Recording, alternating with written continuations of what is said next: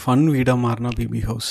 So ஆக்சுவலாக நேற்று வந்து எனக்கு ரொம்ப பிடிச்சிருந்தது. ரொம்ப யாரும் அந்த கிறிஸ் மாம் கிறிஸ் சைல்டு அப்படின்ற அந்த விளையாட்டை வந்துட்டு ஜாக்லின் வந்து சொல்லுவாங்க. எல்லாருமே வந்துட்டு அதை விளையாடுவாங்க.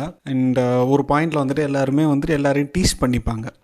ஸோ இப்போ வந்து பவித்ரா வந்து எல்லாருமே உங்கள் கிறிஸ்மம் கொடுக்க சொன்னாங்க அப்படின்னு சொல்லிட்டு எல்லாருமே போய் விளையாண்டுட்ருப்பாங்க. பவித்ரா வந்துட்டு முத்துக்குமரன், அருண், அப்புறம் வந்து ராணவ் எல்லாருமே சேர்ந்து டீஸ் பண்ணிகிட்ருப்பாங்க.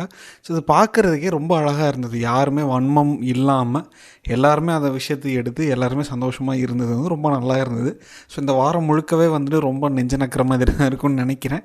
ஸோ ஒரு எமோஷ்னலான ரைடுக்கு வந்து ரெடி ஆகுங்க அப்படின்னு நான் சொல்லணும்னு நினைக்கிறேன். எனக்கு வந்து ரொம்ப நல்லா இருந்தது. இதைத்தான் நாங்கள் எதிர்பார்க்குறோம். வன்மம் இல்லாமல் கேமாக ப்ராப்பராக நல்லா ஜாலியாக விளையாடணும்.